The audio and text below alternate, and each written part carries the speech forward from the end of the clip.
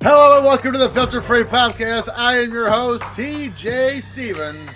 Problematic. Out of my left earbud. Getting off to a banging start here, though. Joining me, as always, Step ends. Dollar Bill Dave. I touch myself. I just need to clip that. Just Dave leaning forward. I touched myself. And Timmy C. Goo, goo, goo. Dave's is awesome, and he got a new hat, and it's hilarious. Are you drunk, yes or no? And it's marked on the right-hand side for both. Time limit drawers get my panties wet. I love it. We've covered this butt wipe on a few different occasions. Butt wipe? You don't call people butt wipe anymore? No. I'm not 7. Good news is I've limited the producer's amount to screw us over this, so we're actually going to get to sing along with the songs now. You are welcome. You gotta play for your right to party!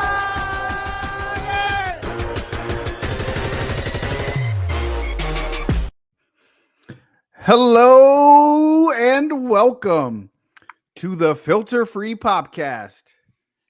I'm Dollar Bill Dave, and unfortunately, our favorite knothead, Timmy C, is under the weather with the flu, but the show must go on. TJ is still out taking care of his wonderful bride, Jamie. We are still thinking of you and love you, girl. Get better. So this week, the special guest host is from Evolution of Evil, the St. Jude dude, the FFP Fund Director, Justin. Thank you for having me, Dave. I definitely cannot fill the shoes of TJ, but I can definitely fill about 2 or 3 shoes of Tim. So I'm glad to be invited, and thanks for having me. Yeah, please remember to rate and subscribe to the show wherever you get your podcasts. And while you're at it, follow the show on X at FF Popcast, on Instagram at Filter Free Popcast, and you can follow our network on X at Filter Free Net. If you don't know what X is, it's Twitter. Speaking of our Patreon network, for only $10 per month, you get exclusive content like Legends, Let's Rethink This, Footballers, Getting Paid with Tim and Dave. I went 7-3 last week. That's awesome. We did a special double episode because we missed the week before. You also get Evolution of Evil with Justin. He and I just spoke. We're going to pump one of those out here in the coming days, so be on the lookout. That's right. We've got a couple episodes already written, so we are itching to get back, and we definitely, out of respect, took some time off for TJ, and we'll have some guest hosts on that while he's out, but he will be back and better than ever. We also have Wrestling Rewrite. It's easy for you to say. Wrestling with commercials and dibs on our fun events, with our next being in Tampa Bay at the Royal Rumble in January. If you're interested in being a part of the sweet life at the Royal Rumble, reach out to the show on X and get signed up now, as limited seating is left. Yeah, it's crazy. We have 2 suites, and almost all seats are sold out. It's going to be awesome. So much fun. I cannot wait. Yep. We even have a block of hotel rooms. So if you are looking for a hotel room, you can still experience the sweet life, even if you don't join us for the Rumble. There you go. Also, make sure to check out our friends over at the Premier Streaming Network over at watchonpremiere.com. Subscribe and get access to tons of shows like Everybody's Got a Pod with Ted DiBiase, One of a Kind with Rob Van Dam, Sabu Speaks, Bumming with Bobcat with our boy Bumwine Bob. You have about 900 different shows featuring Josh Chernoff. And let's not forget IRefB and the game event with our best friend, Efren. This week, we're going back to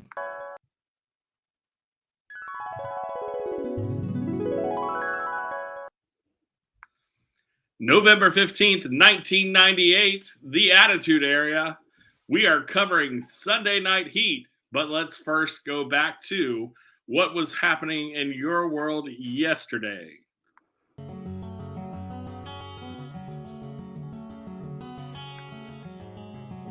Stories that missed the cut.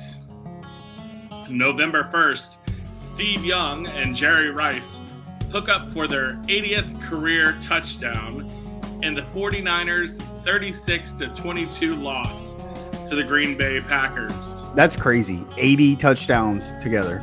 It's crazy. Even crazier is you have me sticking with cheeseheads here. On November 2nd, Jordan Love, American NFL quarterback for the Green Bay Packers, is born in Bakersfield, California. Yeah, so far I'm not impressed with him. Yeah, you wrote this though. November 3rd, 400 Degrees, the third studio album by Juvenile, is released on Universal Records and Cash Money Records. I have that CD. I'm assuming this was November 4th, Devontae Smith, American NFL wide receiver for the Philadelphia Eagles and Heisman Trophy winner at Alabama, is born at Amite City, Louisiana. November 6th, Sky Low Low, Marcel Gauthier, Canadian professional wrestler, died of a heart attack at the age of 70. On November 9th, brokerage houses are ordered to pay $1.03 billion to NASDAQ investors to compensate for price fixing. This was the largest civil settlement in U.S. history. Skipping ahead to November 17th, my favorite diva, Whitney Houston, releases her fourth studio album, My Love Is Your Love. On November 19th, Vincent van Gogh's Portrait of an Artist Without a Beard and an Ear sells at an auction for $71.5 million. Insanity. Yes. $71.5 million. For November 22nd, the Calgary Stampeder defeat the Hamilton Tiger Cats 26-24 to win the CFL Grey Cup. Future four-time Pro Bowl quarterback and Tampa Bay Buccaneers legend Jeff Garcia is named the MVP of the game. Boy, he was with Tampa in some down years, wasn't he? Yes, yeah. No, Ooh, I mean, boy. most of them were. I mean, we've had some down years. Oh, yeah. More to So come. now we move back into stories in the wheelhouse for November 1998. November 16th, Monica Lewinsky signs a deal for North American rights to a book about her affair with, at the time, U.S. President Bill Clinton. The name of the book would eventually be Monica's Story and was written by Andrew Morton. Lewinsky was drawn to Morton for her book, as he was the author of Diana, Her True Story, which blew the lid off the princess's troubled marriage with Prince Charles. Now, if you don't know who Monica Lewinsky is and why she's famous, you need to get out more, or perhaps get off like President Clinton did. Monica's Story ended up being published and released in February of 1999, and it was rumored at the time that the rights for the book was somewhere in the neighborhood of $600,000. Dave, what's your take on this? The former White House intern whose sexcapades became the forefront for the impeachment of then President Clinton reportedly shopped the book deal for millions, but didn't even get close to that amount. Lewinsky stated that she had 9 sexual encounters with President Clinton in the Oval Office between November of 95 and March of 1997. According to her own testimony, those involved fellatio or other sexual acts, but not intercourse. Under oath, Clinton denied having a sexual affair, sexual relations, or a sexual relationship in any way with Lewinsky. I did not have sexual relations with that woman. It depends on what the meaning of the word is. Independent counsel Kenneth Starr obtained a blue dress from Lewinsky with the president's semen stained on it, as well as testimony from her that the president had inserted a cigar into her vaginal regions. Kinky. I like it. Eventually, the president would claim, I did have a relationship with Miss Lewinsky that was not appropriate, But he denied committing perjury because, according to Clinton, the legal definition of oral sex was not encompassed by sex per se. You have to love lawyers. The whole Clinton-Lewinsky scandal was completely bonkers in the late 90s, and it was seemingly all the news talked about. All in all, I feel bad for Monica Lewinsky. Granted, she's made a good chunk of money off this, but her life will forever be tainted as the girl who gave head to the president and fucked a cigar, instead of everything else out there she's done or tried to accomplish. Man, I can't tell you how much I've waited to get out of a podcast that just talks about people who kill and commit crimes. This shit is what I've been waiting for. The worst crime here? Perjury. Yep. I remember in 98 where we were juniors in high school and all it was talking about was what was the definition of oral sex? Was it sex and everything else? Oh, I mean, the news was insane.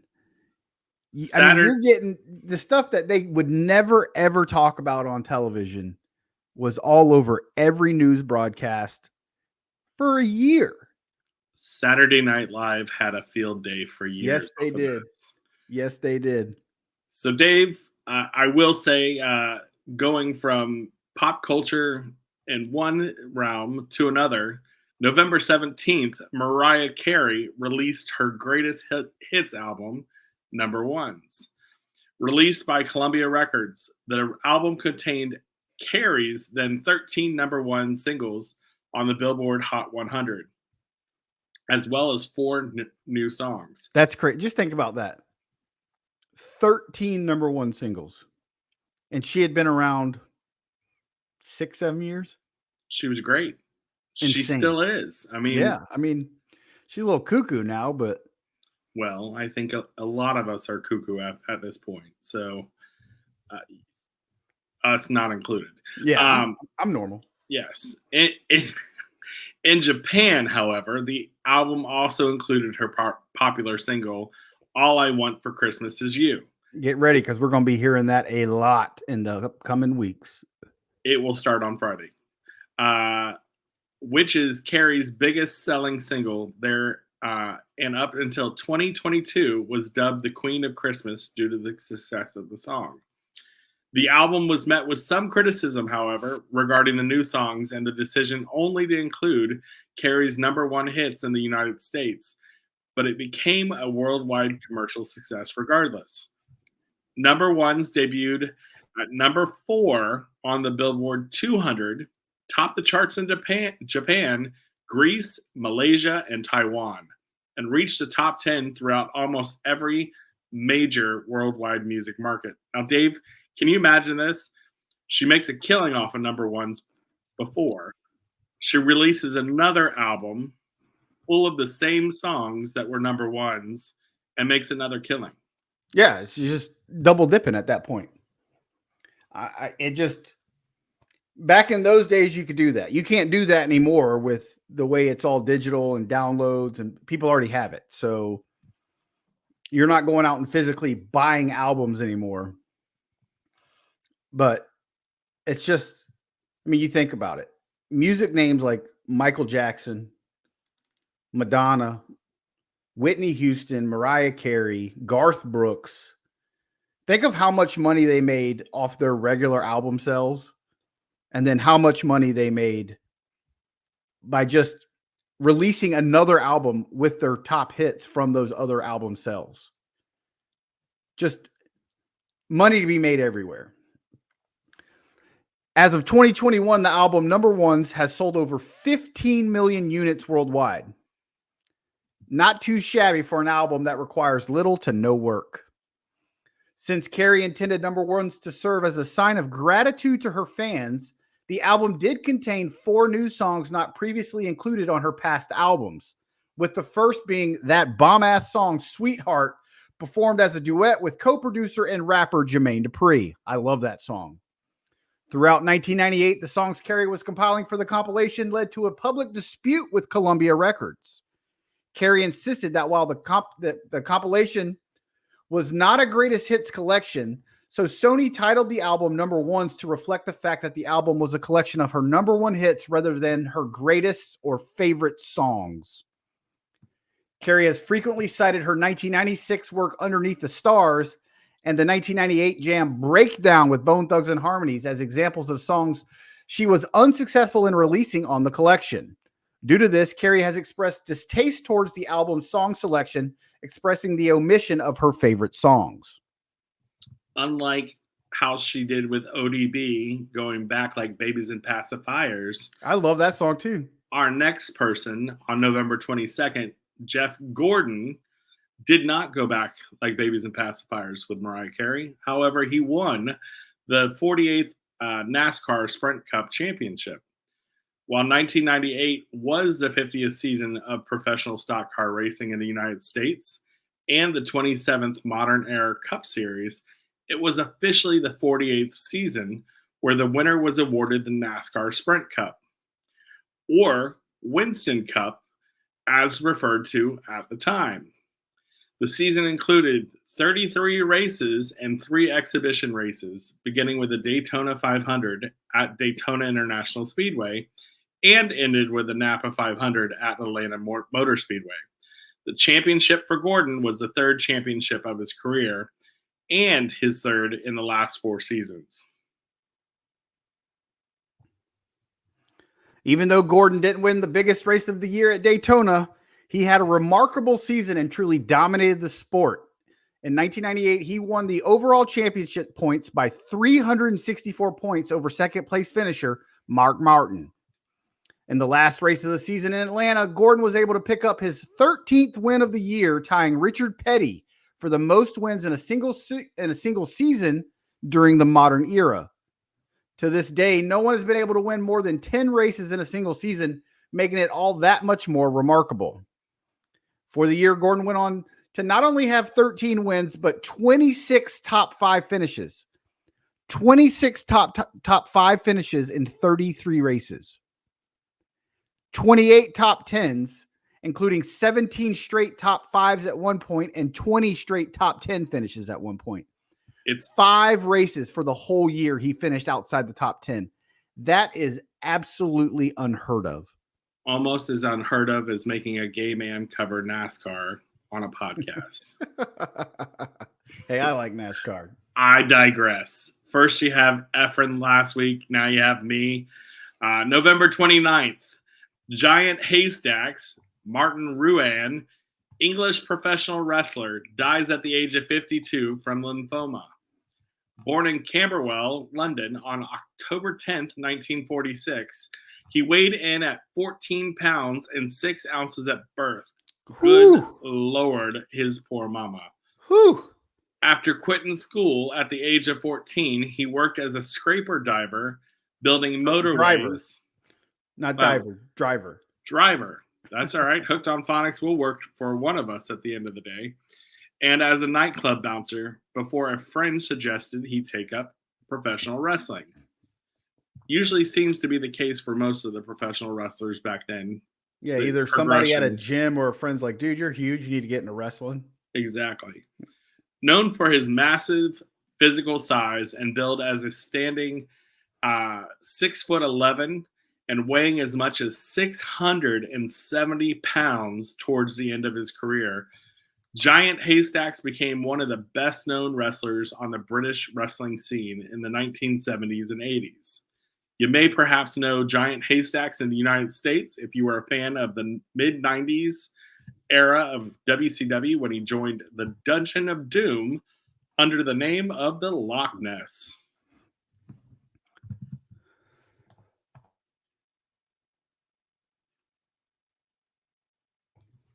Ruan began wrestling in 1967, initially for the independent WFGB as Luke McMasters before moving over to the Wrestling Enterprises, where he was billed as Haystacks Calhoun after the American star William Calhoun, who had wrestled under the then NWA All-Star Wrestling and Worldwide Wrestling Federation. Eventually, Ruan would modify his name to Giant Haystacks. In the summer of 1975, Haystacks moved to Joint Promotions, where he formed a tag team with Big Daddy.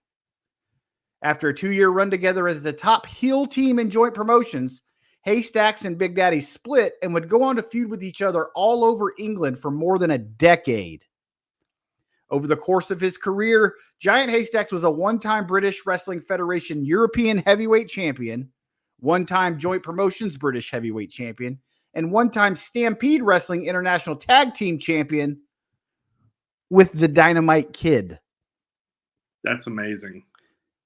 He's mainly remembered in America as Loch Ness and the terrible Dungeon of Doom and the horrid match he had at WCW Uncensored with the Giant. But this guy was a huge star in Britain well before he ever came over this way. Only to be stuck in the Dungeon of Doom. Now, it started off as a good stable in WCW and then just tanked after that. I don't know. I never thought the Dungeon of Doom was much. I thought it was better when they were the three faces of fear, when it was Kevin Sullivan, the Butcher, and Avalanche. And it should have ended there. That's where, but I get it. Kevin Sullivan has come out and said the reason he created the Dungeon of Doom was because he had to have all this monster heel factory for Hogan, and what better way to just throw them all together so you don't have them all over the card each and every night. You can just put them all in a mixed tag or some 8-man, 6-man, 22-man, whatever. And I get it. But at that time, Avalanche, Kamala, Haystacks, I mean, these guys were well past their prime. The Giant came in. He was the son of Andre, and he was greener than grass. Granted, he became much better, and he got good quick. But, I mean, you really think about it, the Giant, his first ever match, he won the WCW World Heavyweight Championship. Now, granted, he didn't keep it because of a technicality, but it was a shock value win. And that was in October, and then he won the belt again in like April and kept it till he lost it to Hogan in August. So, I mean, he was pushed to the moon quick, and he was good, but he was very green. The matches were quick. But I used to love watching. They'd have like WCW Saturday night, and they did it with Loch Ness and they did it with the Giant. They'd have them 1-on-3 versus jobbers, and those were always real fun to watch. I thought I loved watching guys get squashed by these big, massive heels. They did it with Vader back in the day too. Oh yeah, especially with his run when he was starting his run with Hogan, and he was on Vader's path of destruction. That was always a good time. Same with Earthquake when he was in WWF. I mean, he literally was a massive heel then. I mean, I think they didn't book him 100% correctly, but I was a huge wrestling fan. I didn't have picking the side of WWF or WCW. I literally watched wrestling. Yeah, and that was the same. It's not like now you get these people that are diehard WWE or diehard AEW. Just watch them both. I mean, I don't get into AEW as much as I get into WWE, but I watch it. Yeah, there's pros and cons to both. If there's nothing else I'm doing, I'm going to watch it. If there's nothing better and AEW's on, I'll watch it. Or if there's a pay-per-view. I mean, granted, I would watch pay-per-views a lot more if they had a deal set up like with the WWE Network on Peacock, because paying $50, especially now that they're going to be doing more pay-per-views, I'm not paying $50 every month for AEW. Just because my main criticism with them is I think a lot of it's just thrown together and there's not a lot of story. But, I mean, that's neither here nor there. But, yeah, my little brother and I mean, you remember we grew up in the same neighborhood. Yeah. We started watching all these, especially once the NWO hit. We were ordering WCW and WWF pay-per-views every month at one of our houses. And if Dave and I were grounded, my grandmother would tape them. Yeah, she'd order it and send us the pay-per-view on VHS so that way we could watch it once we were off grounded. So, yep, because I was grounded a lot. Me too. I don't know who was a worse influence, you or I at the time. So yeah, who knows? But hey, did you hear that? You know what that means, right? That means it's my turn. Let's go to Timmy's Trivioki. Figaro. Figaro, Figaro, Figaro, Figaro. That's not Tosca. Ugh, my ears. My neck, my back. Yep, I remember Everyone remembers when Elvis performed that. Jamaica, ooh, I wanna take you to Bermuda, Bahama, come on, pretty mama, Ilana, Montego, baby. You know, every time I hear that, and that whole "my neck, my back," it had a different meaning back then when we were kids. Now it's just every time I get out of bed. That's usually what I think. My neck, my back, everything else hurts. Yeah, exactly. So we're going back to the Billboard Hot 100 for the week of November 15th. It's a little bit different since I don't have Timmy here to kind of quiz us and compare our music skills together, but I did want to have some trivia for you to keep your mind sharp to kick Timmy's ass next week when he comes back. Well, Timmy does the trivia, so I can't kick his ass. Oh, true. Or whoever's the guest host next week. TJ might be back next week. Cool. Well, so if not, I think we're gonna do it with Bum Wine Bob, maybe. All right. So we'll see. We have a few, but TJ might be back for a couple weeks before he has to take another hiatus. So we'll see. Well, I'm helping you stay fresh. So if you think about 1998, we were juniors in high school. Which artist? Actually, at this point in time, we were seniors. Oh, that's true. It was beginning of senior year. Yeah, November, we were seniors. So which artist, known for their work with the Fugees, topped the charts with doo-wop, That Thing, in 1998? That is correct. Question number 2. Lately was a hit for which R&B girl group, a trio that had a brief but notable presence in the late 1990s? Lately? Trio. Brief. So it couldn't be Destiny's Children. Nope. They weren't even around until 99, I think.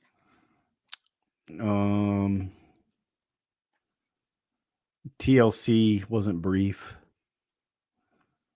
Ian Vogue. No. SWV? Nope, it was not Sisters with Voices. But I will play you a hint of the song.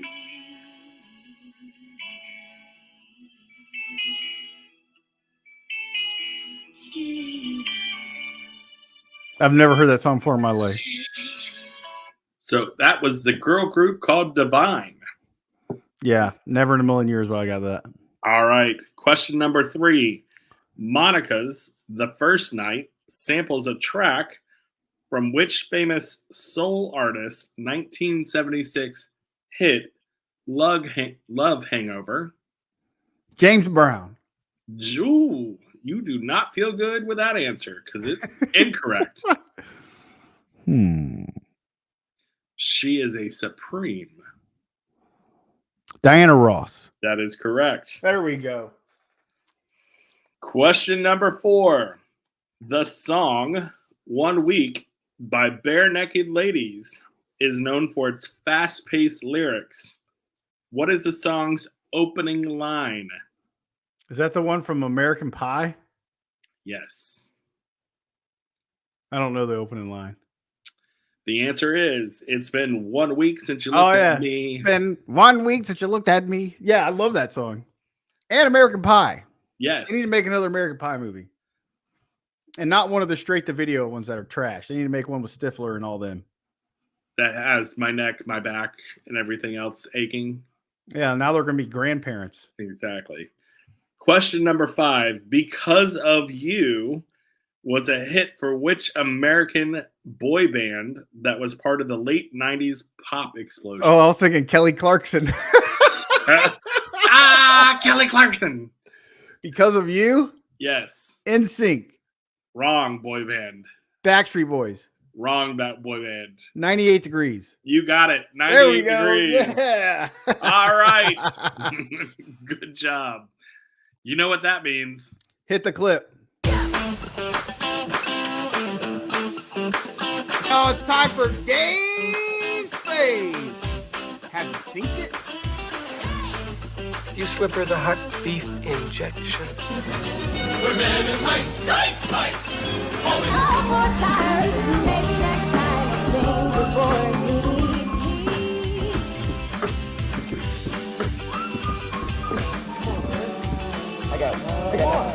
Damn it, I got nothing, guys.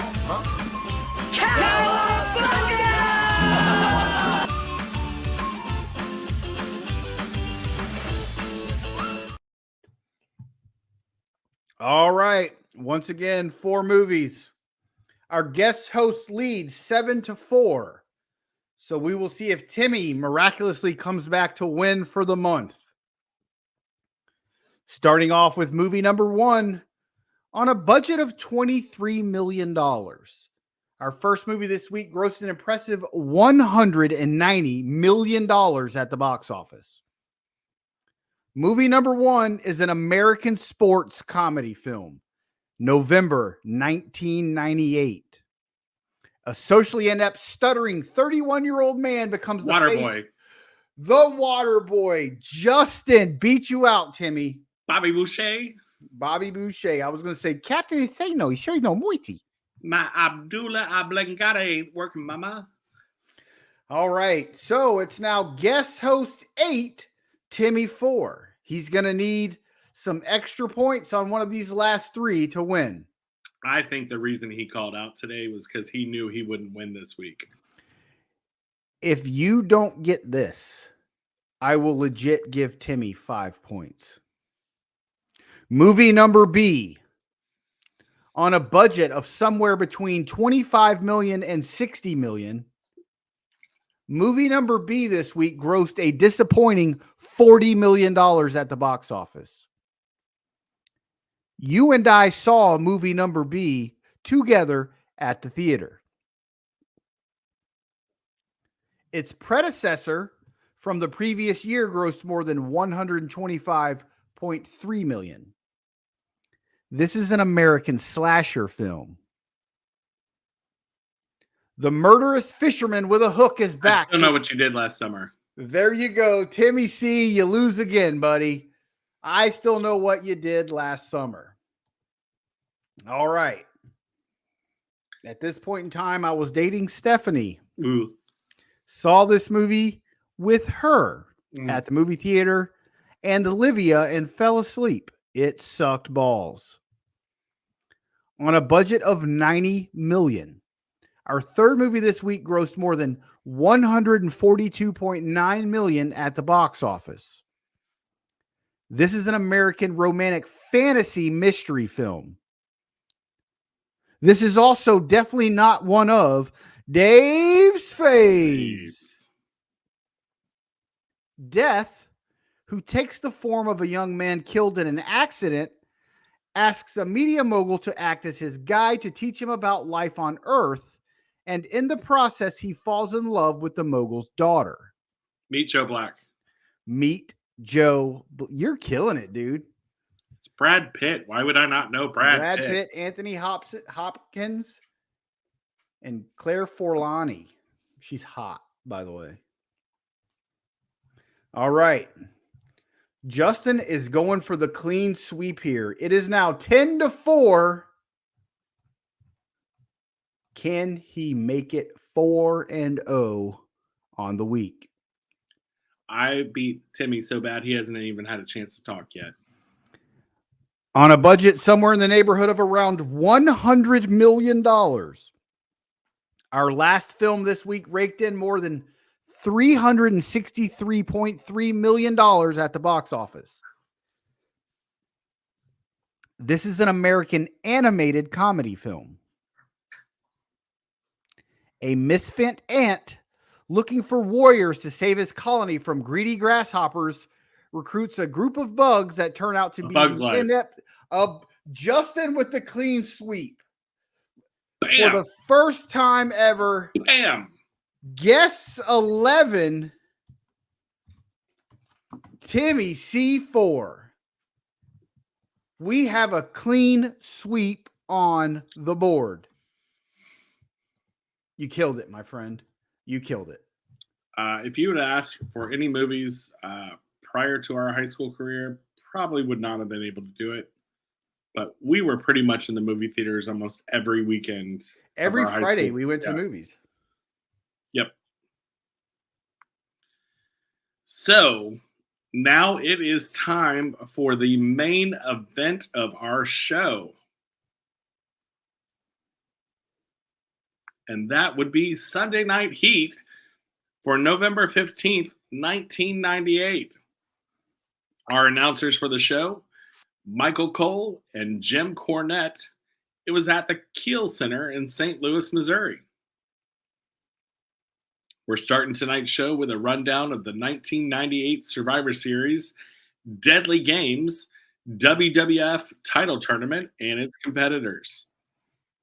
Legion of Doom 2000, which consisted this week of Animal and Draws versus Bob Holly and Too Cold Scorpio, with Al Snow and Head accompanying them as well.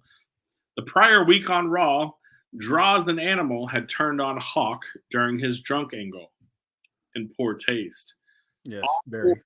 Start with a brawl before Draws tosses out Holly and Animal hits Scorpio with a body slam. Scorpio hits a spinning heel kick to regain control and tags in Holly. Holly gets some offense in on Draws before he tags in a big clothesline and floors Draws. LOD 2000 hits the double clothesline followed up by a doomsday device, but while the ref has his back turned, Al Snow jumps in the ring and clobbers Draws with a head, allowing Scorpio to pick up the pinfall. Your winners, Bob Holly and Scorpio. I never really got into this Draws character. I thought it was stupid when he came in as Puke. And I thought it was even worse when he joined LOD and had Puke, Hawk, and Animal. It just didn't work. The drunk Hawk thing was terrible and terrible taste, especially knowing, then we didn't really know that he was fighting demons. They did it again later. Well, WCW did it again with Scott Hall. It was terrible then as well. LOD 2000 returned at WrestleMania 14 that year. And they were hot. They had Sonny with them. They won the Battle Royal to become the number one contenders. And were as over as ever until the very next month, they faced the New Age Outlaws and lost. And everything just spiraled out of control from there. I never understood that booking. I mean, I get it. The New Age Outlaws were hot, but they had been champions for a while. They could have dropped the titles for a short period. Somebody else could have beaten LOD because the New Age Outlaws turned face. They could have got the belts back. Didn't really get it, especially this time with what's his nuts, bro. What's that fucker's name? Riddle? No. The writer.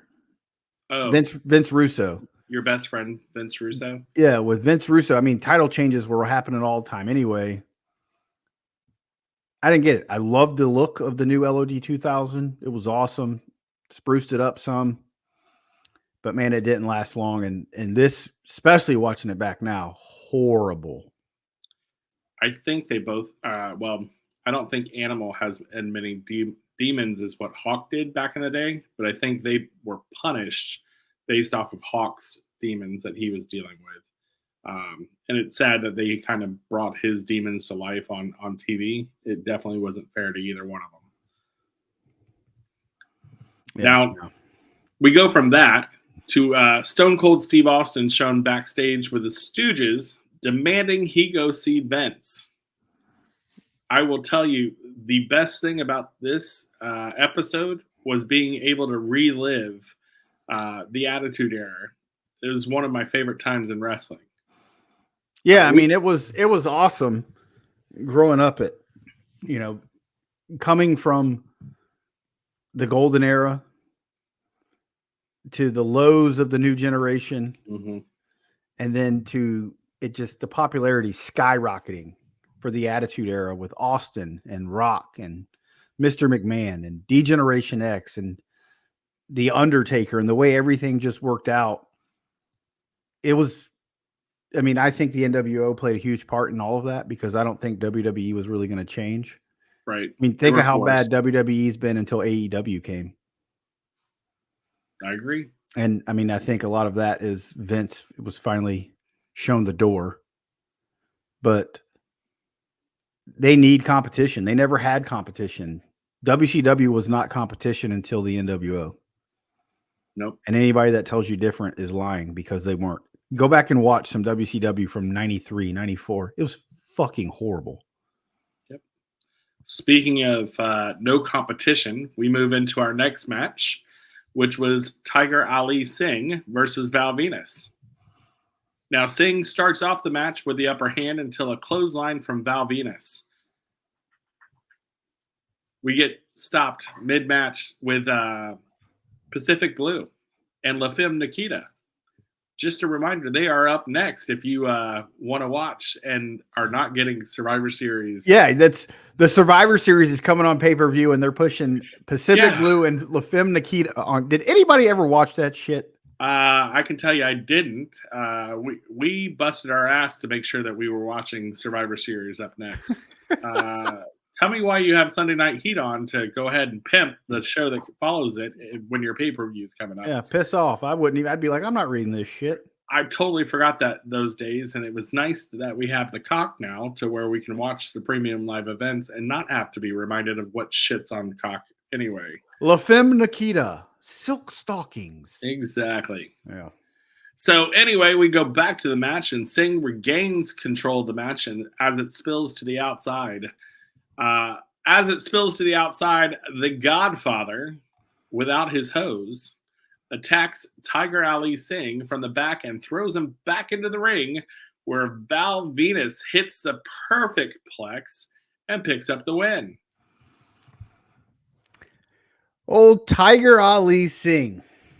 He was supposed to be a big deal when he first came to the WWF after his signing in January of 97. The only notable accomplishment he ever had was winning the second WWF Kuwait Cup tournament in April of 97.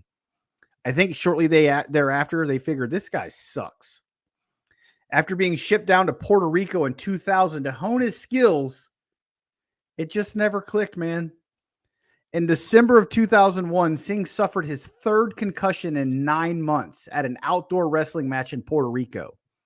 It had begun to rain, and Singh went back to his dressing room to change into his street clothes, and the promoter came and forced Singh to go back out and finish the match. Singh was given an ultimatum by the promoter to finish the match in the rain or he would be fired by the WWE. Singh agreed to finish the match, and within 5 minutes, he slipped on a wet ring surface and hit his head. He was knocked unconscious.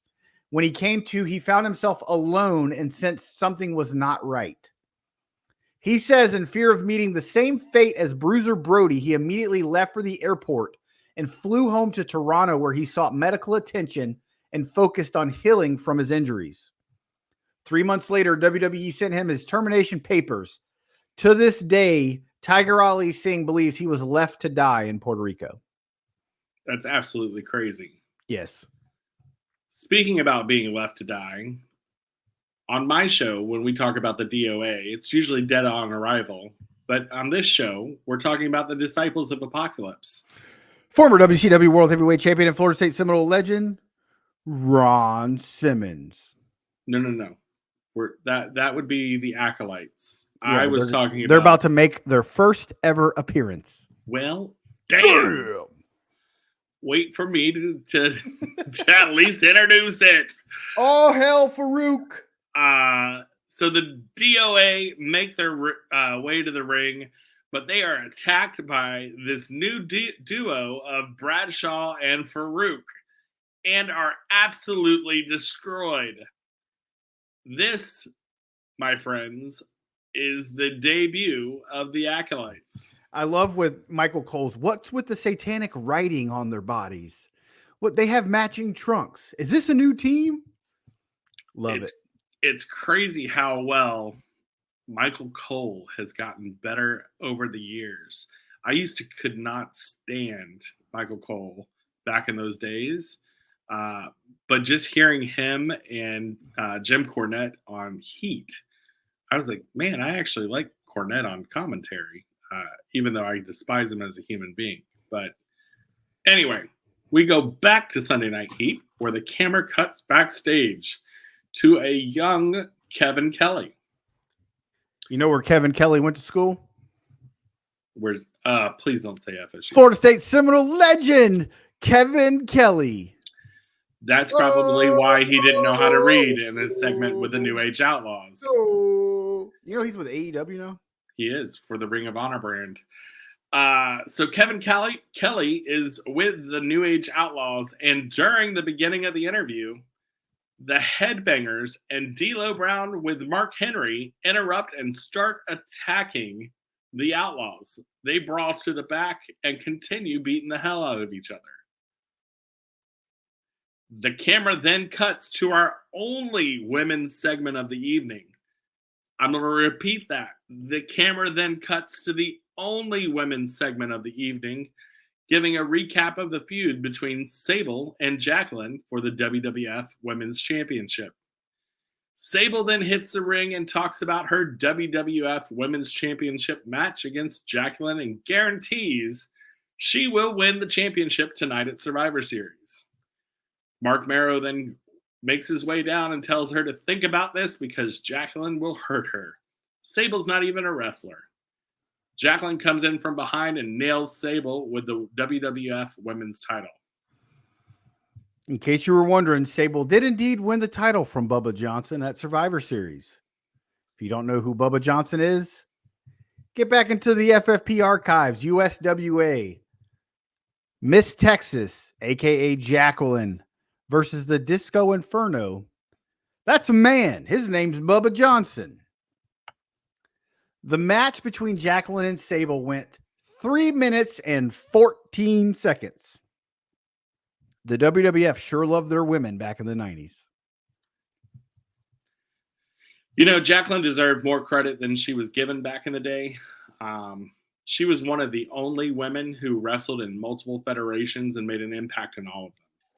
Known prior to her WWF WWE run as Miss Texas, as Dave allotted, and also as Sweet Georgia Brown in WCW or WCCW, USWA, Japan, Memphis, and TNA. Jackie Moore, the woman behind the character, was rightfully inducted into the WWE Hall of Fame in 2016, becoming the first Black woman to receive this honor. Now, after the break, we are able to see the Brood enter the arena for the next match. It's Steve Blackman versus Gangrel. The only thing that sucked was this entrance, they didn't come through the floor. Yes. I think it was based off that arena and the new shape the shape of the entrance. And from what I've heard, they're reverting back to those entrances because of the UFC merger or the TKO merger. They're trying to get more people into the arenas. Well, yeah, they got to get rid of the huge video board. So I'm going to call it, and we're filming. Today is the 21st of November, and Survivor Series is this Saturday. They just released more tickets for Survivor Series in Chicago. They must have got rid of it. I think you are going to see that return this Saturday. That is just my prediction. It's not a spoiler. It is just a prediction. So if it comes true, you heard it here first on FFP. Actually, this releases after the fact. Well, you heard it after the fact on FFP. Gangrel starts out on the attack before catching a big boot from Steve Blackman. After some chops from Blackman, Gangrel regains control of the match and scores a couple of near-fall pins. The match is going back and forth before Christian uses the numbers game to their advantage and distracts the ref, allowing Edge to drop kick Blackman off the top rope. And Gangrel hits him with the Impaler DDT to pick up the win. I was so disappointed they didn't have their entrance, man. So disappointed. I like these guys, though. The Brood, I thought they were awesome. Way better than the Rated R Superstar shit. This is when Edge was cool with the Brood. Loved it. Gangrel, killer gimmick. When the blood would drop on people, epic. Yeah, that was back from, what was the vampire movie? Blade, wasn't it? Yeah. Yeah. So that was when Blade was very hot and the blood just going everywhere. So, but Gangrel always had that gimmick. He was the vampire warrior on the Independents. But yeah, they started dropping the blood and things like that. It came right after Blade. because Blade came out around this time. The only disappointment with that faction was I was disappointed they didn't add Luna Vachon to that group. I think Yeah, she they would have should've. totally kicked ass with Because that. she was Gangrel's wife at the time. Yeah. Yeah. So we flash forward right after the match, and Blue Blazer rappels down from the rafter, but gets stuck in the harness and is pounded on by Blackman as he's dangling from the rafter. You know, this was really funny at the time. I mean, it was great, him getting stuck. He's supposed to be this superhero gimmick. He gets stuck in the, in the harness, and Blackman's just kind of using him as a human pinata. But about 7 months later, Owen Hart fell to his death, and this is just, it's not funny anymore. Because I remember this, because we watched this live. And this was comedic shit, man. But God, it sure looks bad now. Yeah, I would agree. I think we chuckled at the time. Having to rewatch this today for this episode really hit my stomach hard. Almost made me want to throw up.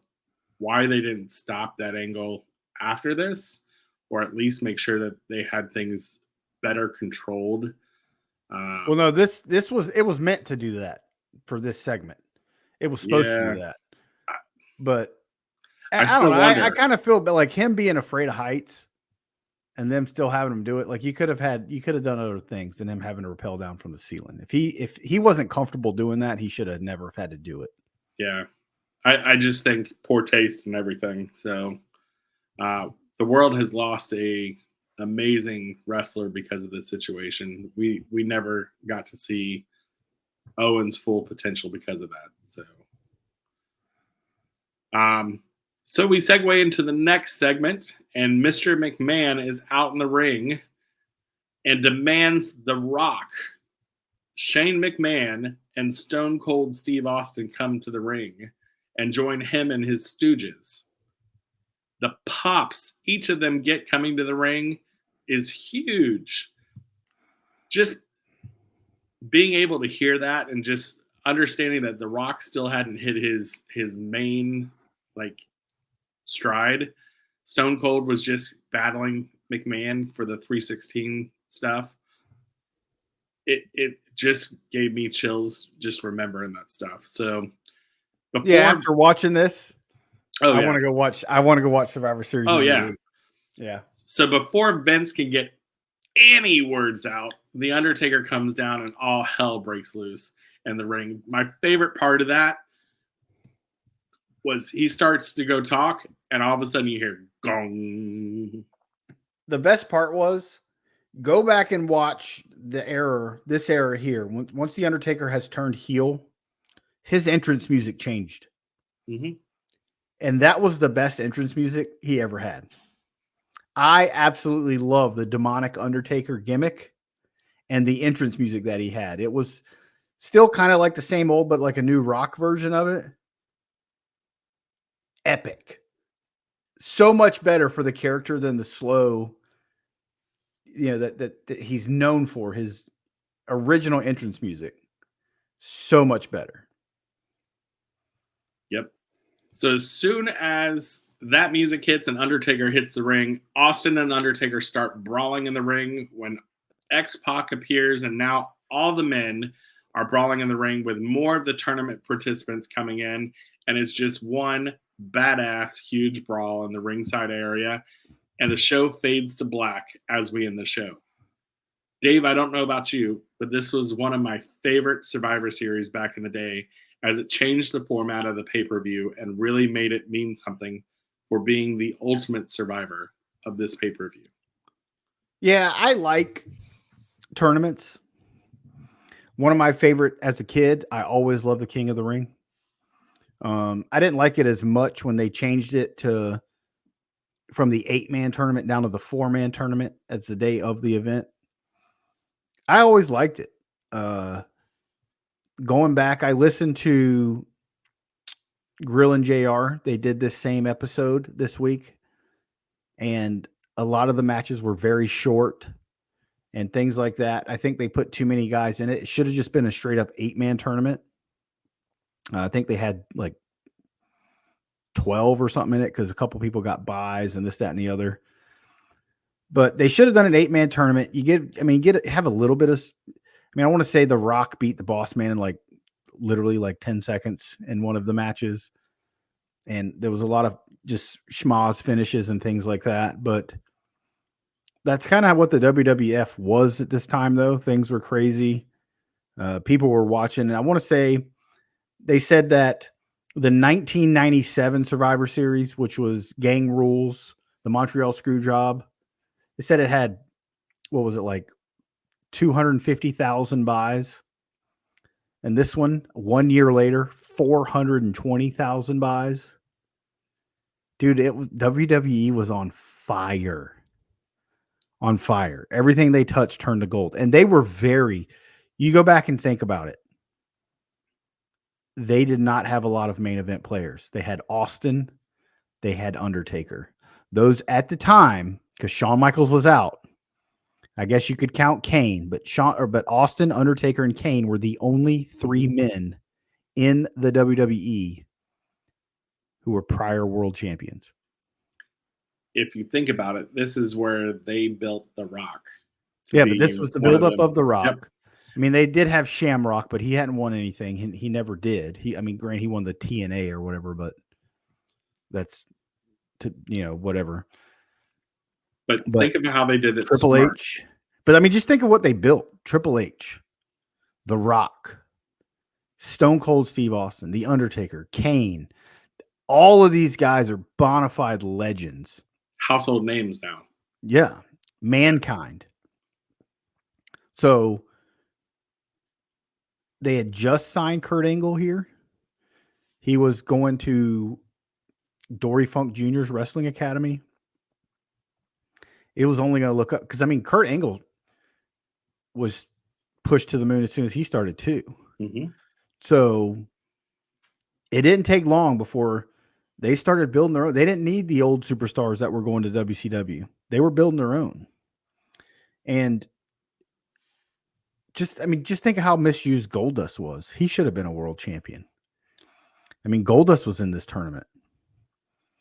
William Regal or Man's Man Steven Regal was in this with X-Pac. But just they didn't have a lot. They were very shaky. Because you always think about it. Somebody won the title. They first always feuded with like Mankind. And, Foley never won until that Raw. And then, a year later, Triple H is top of the card. So there's a lot going on. These guys, I liked the original Survivor Series. I liked it was it 92? They started having some other matches that weren't just Survivor Series type matches, and I was cool with that. I kind of miss it. And I liked it when it was, they picked their own teams. It wasn't Raw versus SmackDown. I don't really get into those. The last really good Survivor Series to me that was the Survivor Series was when they incorporated NXT into it as well. Yep. But I'm okay with it the way it is now with War Games. It kind of brings back kind of the old Survivor Series feel. So I'm looking forward to this weekend's. I don't know when I'm going to watch it because Florida State and Florida are playing at the same time. So might be double TV in it this weekend. But I'm good with it, man. I've always, growing up, we had Royal Rumble, WrestleMania, King of the Ring hit in 93, SummerSlam, Survivor Series. That was it.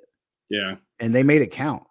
I think what I like looking back at this one and looking at, so first of all, I was pissed at first that we weren't covering a pay-per-view for this episode, but I appreciate the fact that you made us watch Sunday Night Heat prior to the pay-per-view because I couldn't remember how they built up the story for The Rock.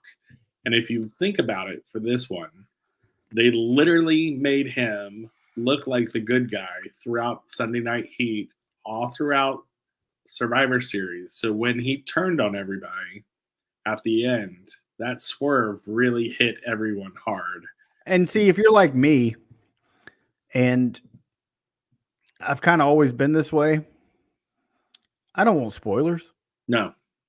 I don't want to go to a movie and know what happened.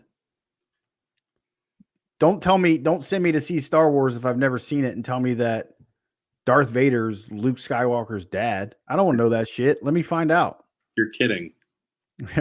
Spoiler alert. But like, I don't understand why people want spoilers.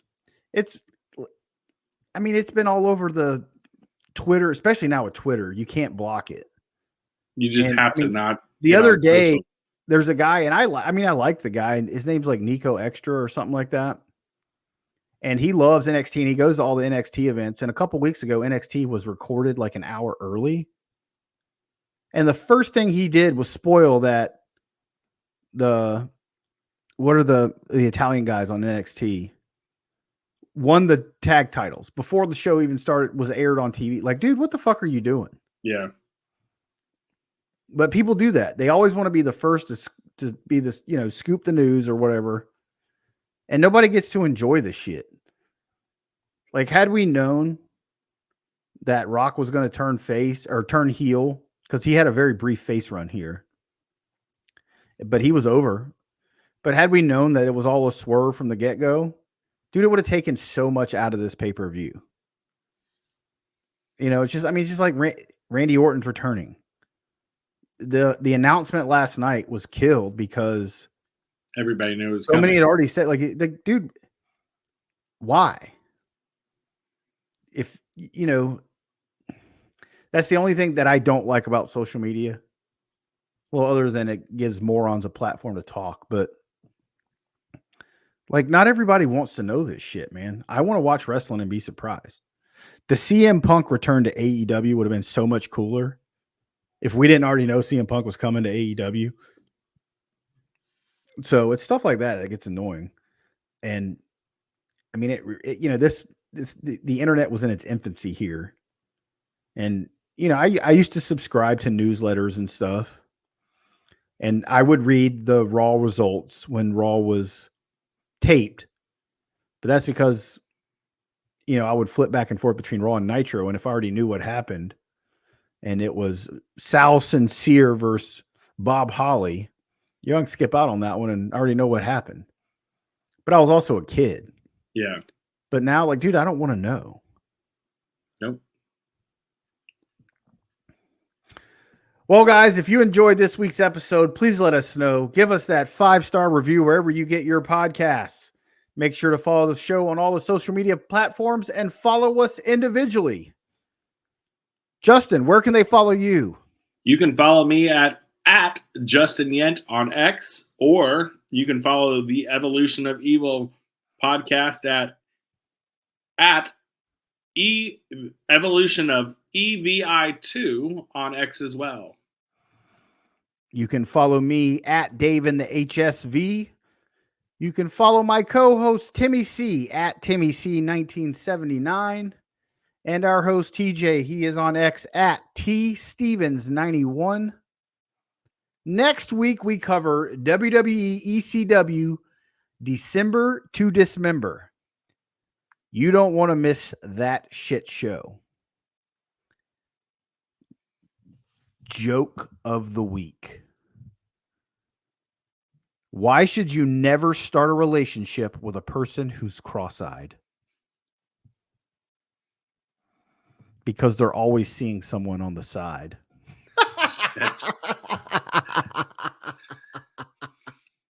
And on that note, we leave you. Thanks again for having me, Dave. Thank you, buddy. Loved it.